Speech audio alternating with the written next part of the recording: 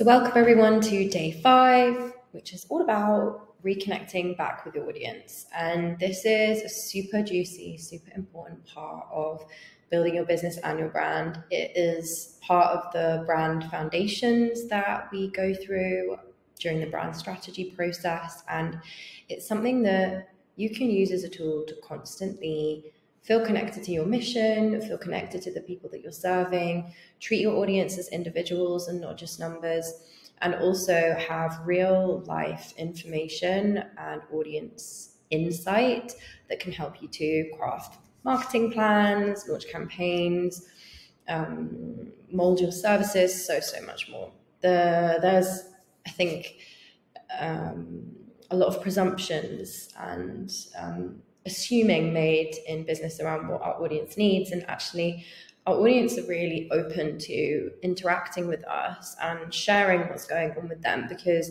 just by being in your audience, they've already taken that step to be interested in what you have to say, and that they are resonating with either something you're offering or a problem that you're talking about or a transformation that you are saying you can help them with. So let's get going. So okay, so the education part is about who is in your audience, why it's important to know them, and also how reconnecting with this can help you reignite the passion in your business.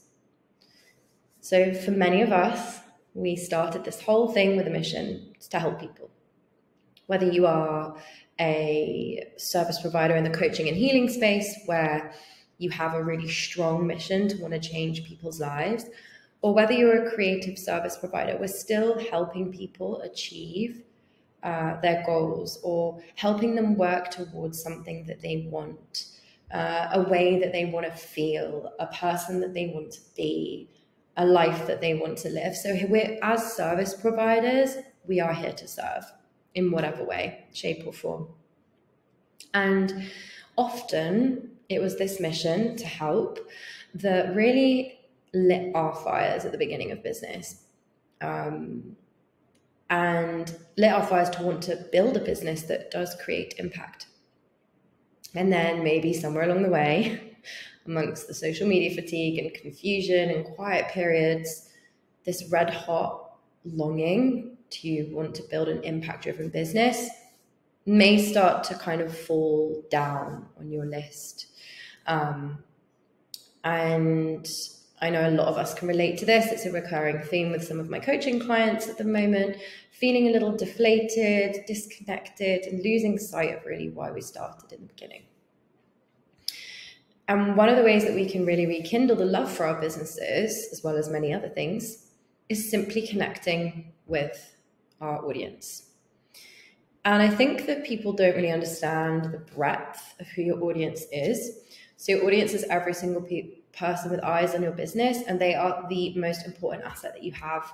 And I will say this over and over again: knowing your audience and really knowing them, truly knowing them and truly caring is the key to having a successful and fulfilling business.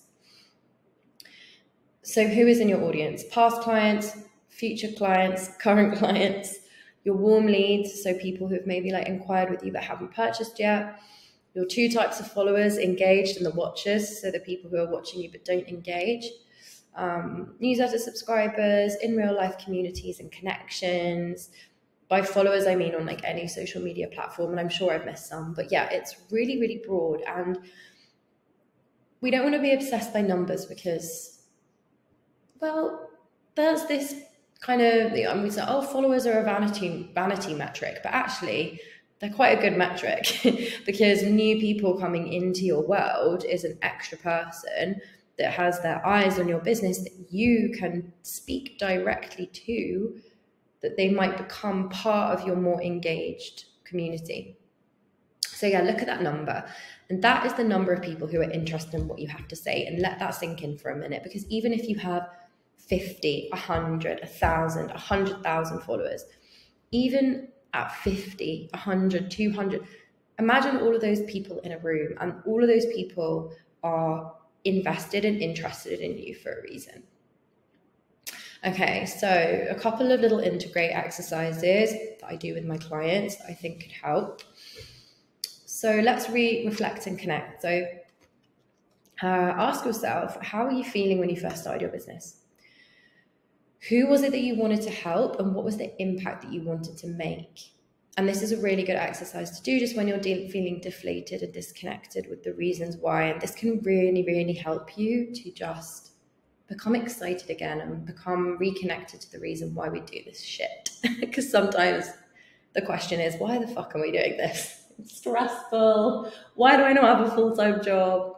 All of the feels and craziness of being an online business owner, but really coming back to your mission. And there are some journal prompts there to get you going. And another really nice thing to do is think of your most cherished client. And by cherished, I used to say successful here, but success is in the eye of the beholder and measured in very different ways. Also, the success of our client, we should not benchmark our own worth against the success of our client, because there's two souls in that, and you can't control necessarily the outcome of each client project. So the most cherished client, the one that you love to work with, who saw real results through working with you, but it's not just about the results. And treat this like a brainstorm or a storytelling exercise. Here are some questions like, where were they on their journey? What were they struggling with? What was the process? What was the connection and experience of working them like for you? What were the breakthroughs? And then how did it make you feel? This is not only a good way to have a real life example to dig into that actually shows you how amazing your work is, but it also gets us thinking about, okay, well, this is our most cherished client, we want more of these clients. So really, they're your ideal client, the people that you enjoyed working with the most. So the action, so this is more of like an internal reflection and something that you can do to help you reconnect back, but then to reach out and connect. Here are some great ways to connect with your audience. I have lots more, but I've just given you 3. So schedule reconnection calls with past clients. Reach back out and ask if they would like a reconnection call. You can frame this in a way that's going to be beneficial for them. You can say, oh, we're just going to reflect back, and you can ask me any questions, and we can look at the work we did and how have you come on from there. People love that. And you can check back in with them, connect on a personal level, and also ask them how they are doing. Create a non-creepy DM strategy. So I started to do this with new followers. This was something that my coach Pandora suggested, and I've kind of put my own spin on it as a way to create connection. And I'm going to be doing a post on this. It's about one of the things that really changed the way I feel about my business and how I connect with people is not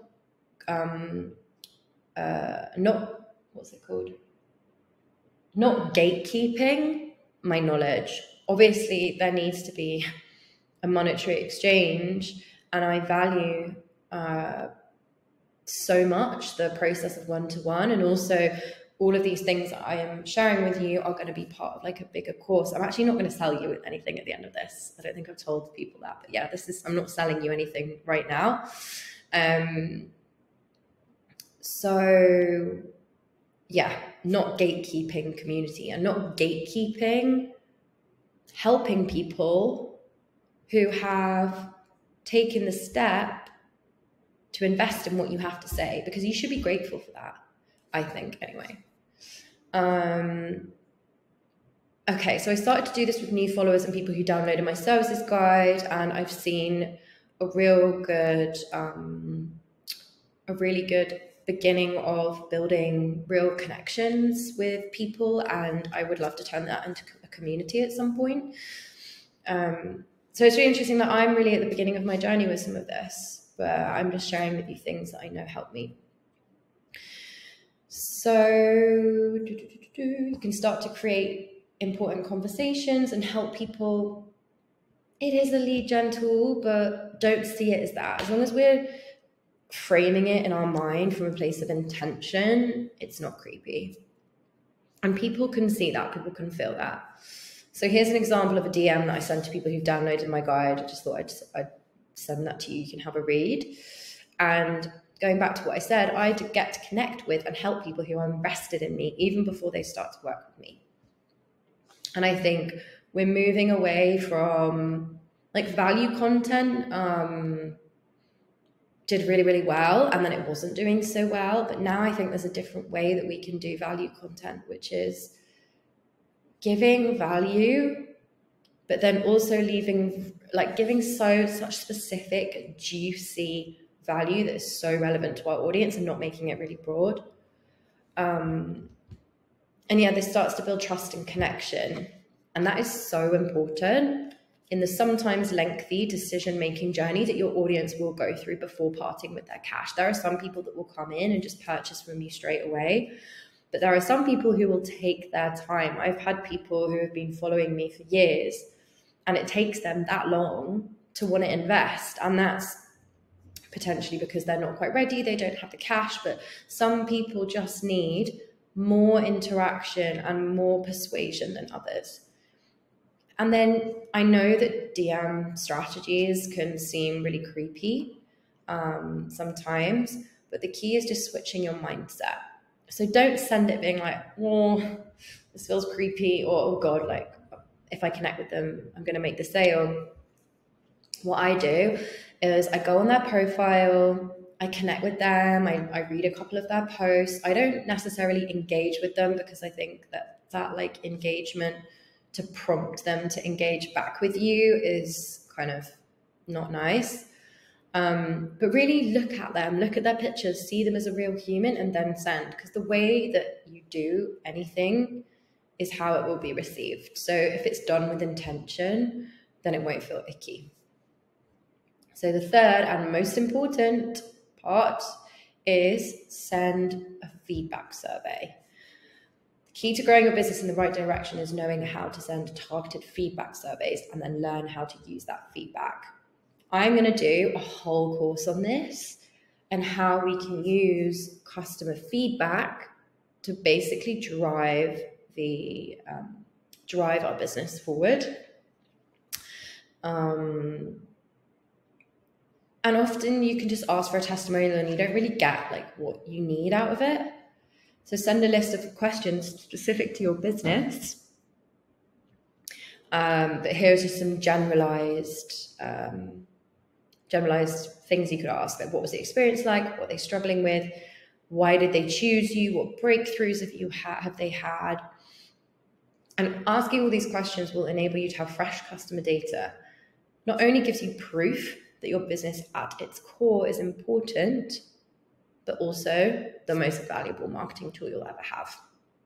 And I'm actually going to create a mini course on this with feedback scripts for all different types of businesses, and then how you can utilize it. It's going to be like a low price point just because it's such a crucial part of the branding process, brand strategy process, and business strategy process.